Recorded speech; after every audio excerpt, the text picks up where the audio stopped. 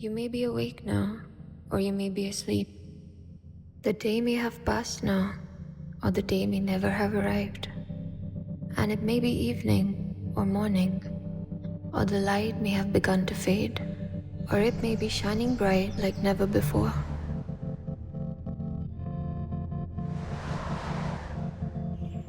My dad died in 2009 in a small little hospital in the north of Scotland.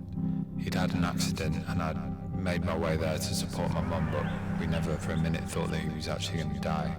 So when he did, it was completely unexpected and such a shock.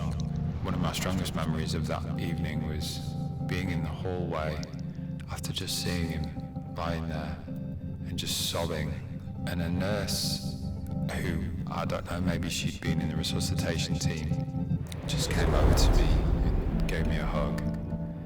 And it was a proper hug. It was I'm feeling your pain with you and trying to comfort you. And I think in that moment I felt the purest level of empathy and humanity that I've ever experienced. And I've often thought about it because I have no idea who that lady is or anything about her, but that moment has stuck with me so deeply and always given me hope in people in the world.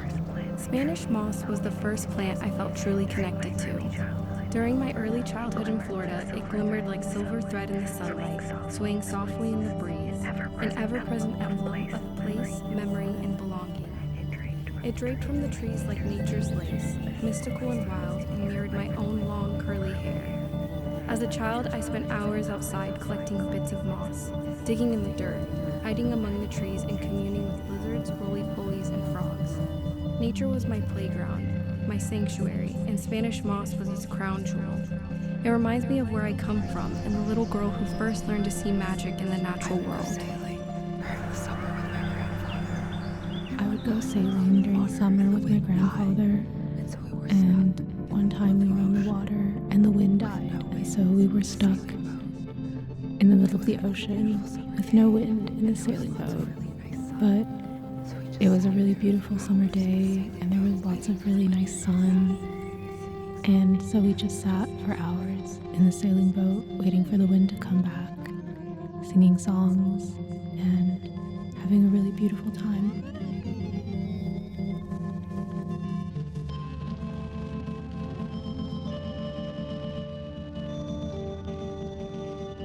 And so they lingered, memories, yours and mine. What happens to the garden when no one returns to water its roots? Does it dissolve?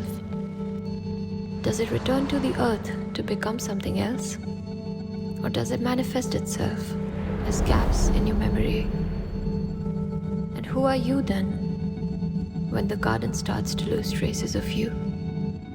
Will you find your way to remember, even if you remember it differently? Forgetting, some say, is a kind of mercy. But forgetting from what I know is also a kind of death. Memory, when tended to, is a kind of resistance.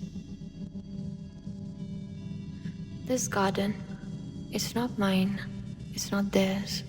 It belongs to us all. And all it asks right now is for you to leave something behind in it, about a loved one, or a sudden fear you have, what keeps you asleep at night, or what stirs you awake.